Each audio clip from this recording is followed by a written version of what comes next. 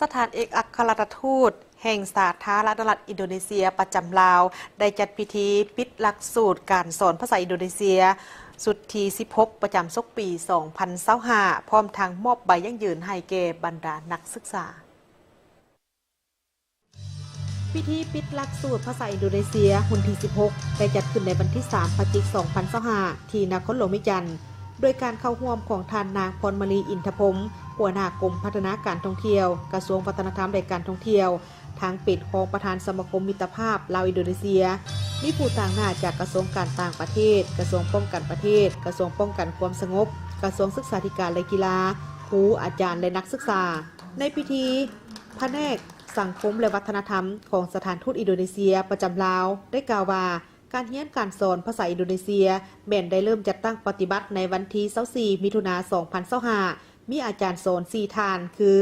อาจารย์2ท่านแม่นมาจากกระทรวงศึกษาธิการประถมและมัธยมศึกษาของอินโดนีเซียการเรียนการสอนแม่นได้จัดขึ้นอยู่สถานทูตอินโดนีเซียประจำลาวแบบซึ่งหน้าเป็นเวลา4เดือนกับ1อาทิตย์การเรียนแม่นเรียนแต่วันจันทร์หาวันพฤหัสโดยบ่ได้เสียค่าเรียนและค่าธรรมเนียมใดๆซึ่งการเรียนการสอนจะแบ่งออกเป็น5สั้นเรียนนอกจากการเรียนภาษาอินโดนีเซียแล้วนักเรียนยังได้เรียนเกี่ยวกับการแนะนำตนเองและเรียนรู้เกี่ยวกับวัฒนธรรมอินโดนีเซียเช่นการฟ้อนการเล่นดนตรีพื้นเมืองอังกรุงห้องเพลงอินและการรับชมรูปเงาอินโดนีเซียร่วมกันในระยะของการลงทะเบียนเรียนหลักสูตรภาษาอินโดนีเซียประจำศกปี